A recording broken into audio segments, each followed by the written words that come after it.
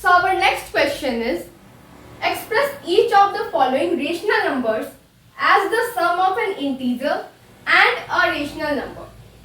तो in present rational numbers को हमें ऐसे एक्सप्रेस करना है, ऐसे शो करना है कि वो लगे कि एक इंटीजर और एक रेशनल नंबर को ऐड करके प्लस करके ये रेशनल नंबर्स हमारे पास आए हैं. सो हमारा फर्स्ट क्वेश्चन है 12/5. तो 12/5 को हमें एक्सप्रेस करने के लिए सबसे पहले इसे मिक्स फ्रैक्शन में कन्वर्ट करेंगे. सो मिक्स फ्रैक्शन में कन्वर्ट करने के लिए हम इसे डिवाइड करेंगे. 12 डिवाइडेड बाई 5. तो अब 12 तो 5 के टेबल में आता नहीं है. हाँ, पर 5 के टेबल में 2 टाइम्स में 10 आ जाता है. सो 12 minus 10 is 2 and our quotient is 2 whole 2/5. अब इस 2 whole 2/5 को हम दो पार्ट्स में तोड़ेंगे. एक ये होल वाला पार्ट और एक ये रेशनल नंबर वाला part. So we can write that 2 plus 2/5. क्यों?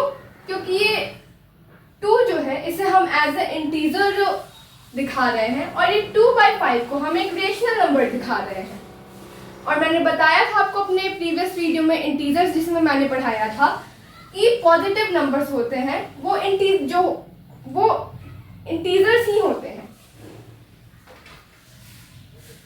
सो our next question is -11/7. So -11/7. तो इसमें हम माइनस को भी थोड़ी देर के लिए अलग रखेंगे और 7 को और 11 को डिवाइड करेंगे. तो 11 तो आता है नहीं 7 के टेबल में, तो हम इसे 1 बार में ही 7 से माइनस करेंगे. तो हमें मिलेगा 4. So our quotient is 1 whole 4/7.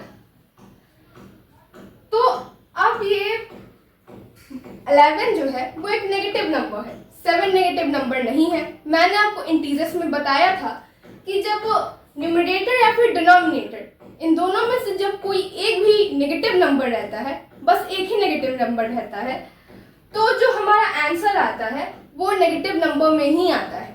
अगर दोनों रहेगा, दोनों और माइनस रहेगा, तो वो दोनों माइनस ऊपर नीचे कट हो जाएंगे.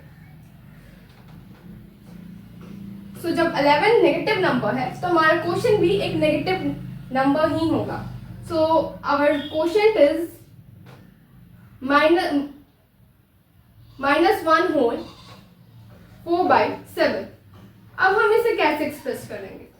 -1 plus -4/7.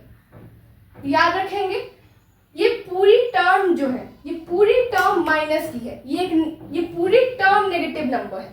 तो अगर हम 4/7 में से माइनस को हटा देंगे तो हमारा आंसर गलत हो जाएगा, बिकॉज ये पूरा टर्म ही माइनस का है. तो सिर्फ 1 में माइनस लगाने से आंसर नहीं आएगा, हमें दोनों में माइनस लगाना होगा, तभी हमारा आंसर सही आएगा. Our next question is -25. So -25 9 को हम -11/7 की प्रोसेस में ही करेंगे. यहाँ पर जैसे -11/7 में हमने पहले माइनस को अभी थोड़ा अलग रखा, वैसे ही -25/9 में भी हम अभी थोड़ी देर माइनस को अलग रखेंगे. फिर हम इसे डिवाइड करेंगे. 25 डिवाइडेड बाई 9. तो 25 तो 9 के टेबल में आता है नहीं, पर 2 टाइम्स में 18 आ जाता है. सो 25 minus 18. So we will get 7. So our quotient is 2 whole 7/9. तो अब ये टर्म जो है, अब यहाँ पर 25 माइनस में था, तो अब ये पूरी टर्म 2 whole 7/9 जो है ये भी नेगेटिव नंबर ही होगी. -2 whole 7/9 ये पूरी टर्म माइनस में है, नेगेटिव है. तो फिर हम -2 तो लिखेंगे, बट 7/9 को भी हम नेगेटिव नंबर ही रखेंगे. अगर इसे हम पॉजिटिव रखेंगे तो हमारा आंसर गलत हो जाएगा. सो हम इसे ब्रैकेट में करेंगे. और आपको हमेशा याद रखना है कि दो साइंस एक साथ नहीं होती हैं। अगर दो साइंस जैसे यहाँ पर प्लस और माइनस हो रहे हैं तो आपको बीच में ब्रैकेट डाल देना चाहिए, वरना आपके क्वेश्चन के आंसर जो है वो गलत हो सकते हैं। Our last question is -103/20। तो अब -103 तो आता है नहीं 20 के टेबल में, बट 100 आता है। तो हम फिर से इसे डिवाइड करेंगे, 5 टाइम्स में हमारा 100 आता है। 103 minus 100 is 3. So our quotient is 5 whole 3/20। तो अब यहाँ पर 103 माइनस में है तो हमारा क्वेश्चन भी माइनस में ही होगा। हमारी जो ये टर्म है -5 होल 3/20 ये माइनस में है।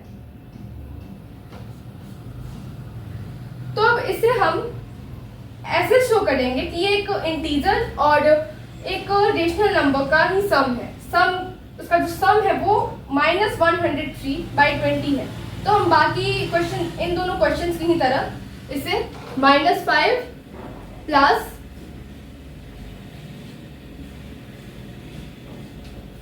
-3/20 याद रखना है।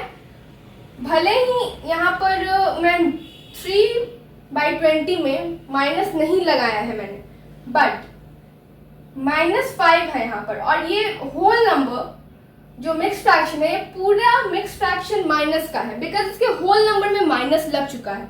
ये तीनों मिक्स फ्रैक्शन माइनस में है। तो इनके जो सम में के छोटे छोटे नंबर्स हैं, जो यहाँ पे इंटीजर है और यहाँ पे रेशनल नंबर्स है, दोनों में माइनस कंपल्सरी है।